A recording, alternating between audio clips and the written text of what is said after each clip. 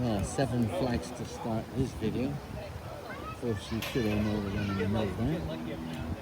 As we're on the right-hand side, the one closest to us is the Marine Corps, then the United States Army, and behind that the flag of Hawaii. And on the other side, first one's I'm pretty sure it's the US Coast Guard. The one in the middle, I don't actually know. The one behind that is the US Navy. Of course, there is no US Air Force, because if I remember correctly, the US Air Force didn't become so until 1947. I think that's right. Feel free to correct me if I've got it wrong. Anyway, welcome to the Pearl Harbour visitor. This is one of these places I've always wanted to visit for a long time, as long as I can remember actually. And probably worldwide, there's probably not that many places that I really want to go. And you know, I'll sacrifice and I'll do whatever, and sooner or later I'll go to them. And this is one of them, for sure. I am, you know, a little aware of history and all of that stuff. I'm not an expert at it, and I'm not, how can I put this? You know, I'm not totally jingoistic, and I'm not in favor of not just what my own country has or has not done over the centuries, but I'm certainly not a jingoistic supporter, a blind supporter of what the United States has done over the decades in this case, especially here in Hawaii. Plenty of people here think that Hawaii should be an independent country. The United States stole it, and in 1993, President Bill Clinton actually signed the document, apologizing. Anyway, that's something else. I mean, this is about what this memorial is all about. Pearl Harbour and the events of Sunday, actually. Sunday morning, the 7th of December 1941. Although I was trying to work this out, actually. If it was the 7th of December in Hawaii, I guess that means that if it was the first attack took place just before 8 a.m. on that Sunday. And I'm guessing that must have been I'm not sure if that was still, you know, very late on the 7th of December in Japan, or perhaps early morning Japanese time on the 8th of December. I'm not sure. Anyway, so it's just you know, when you walk in, you kind of get encountered by this.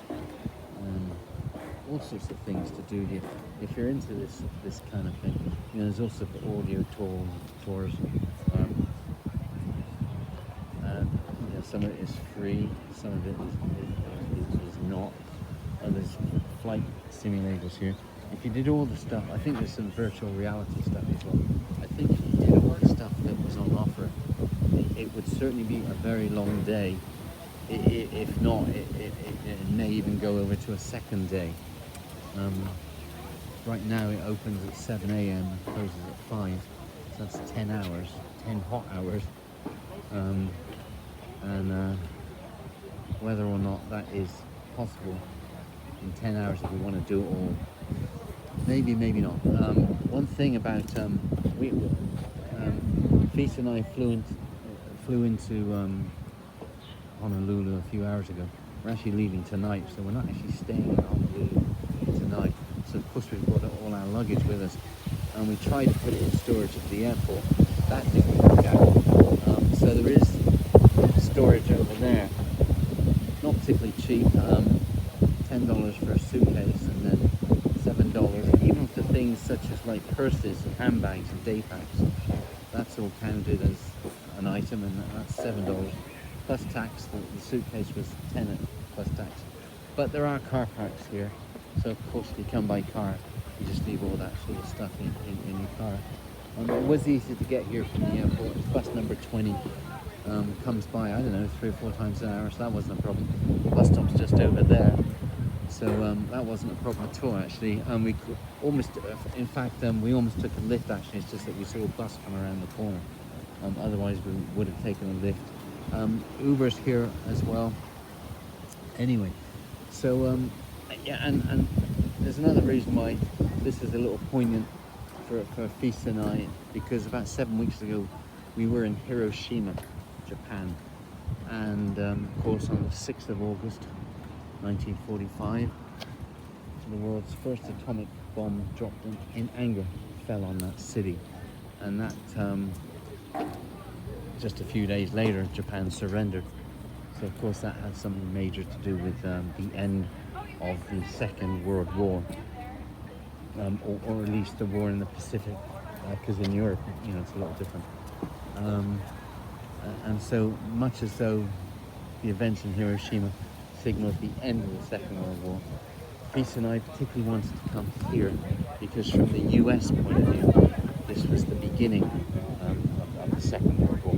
Of course, you know, the war had been raging in Europe for 27 months before the US entered the war formally. But anyway, nevertheless, so Feast and I both wanted to be here for the event that started off the Second World War from the US and Japanese point of view. Anyway, so yeah, so if you're into this type of history thing, this of course is fascinating. This is great, but definitely allow for at least a day. You know, make sure you're here 7 o'clock in the morning. I think some things it's best if you book them in advance, like the USS Arizona. We actually booked that the day before, but we did see a queue there for people without tickets, you know, just hoping to sort of get in. Oh, there's a rainbow over there, or part of one anyway. And once you get in, there's all sorts of other options available. There's the other tours you can do. I mean, it's all going to be on the website, of course, I'm sure. But if you are pretty sure what day you're going to be here, I would definitely book that USS Arizona package ahead of time. It doesn't cost anything. I think that's $1 handling fee if you do it online. But anyway, yeah. So we're here. It's just after 5. We are heading back to the airport. We got a flight in a few hours, heading back to Maui. So how about that? How about that? And just as an aside, once I get over to the USS Arizona Memorial, I'm not going to be saying anything. I think that's the appropriate thing to do, and I have asked Feast to do the same. So hopefully everybody else on the boat will do the same thing. So it's not me actually not talking. It's me making a decision not to talk. Just in case you wonder why.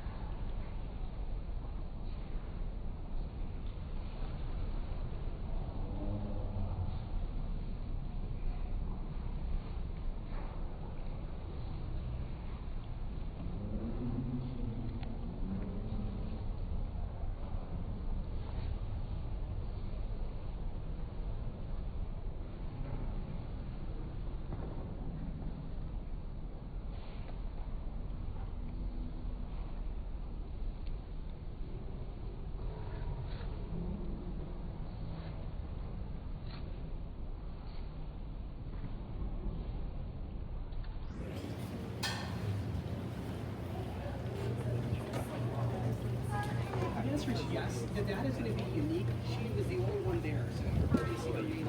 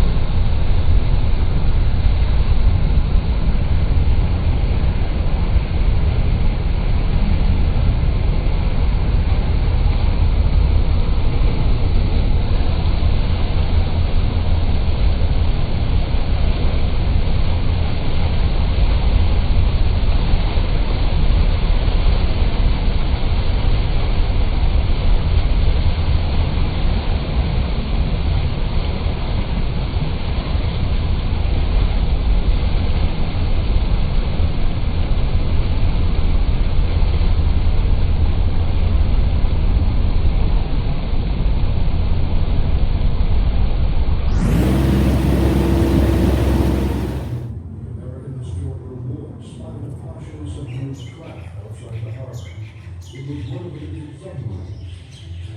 The war's fired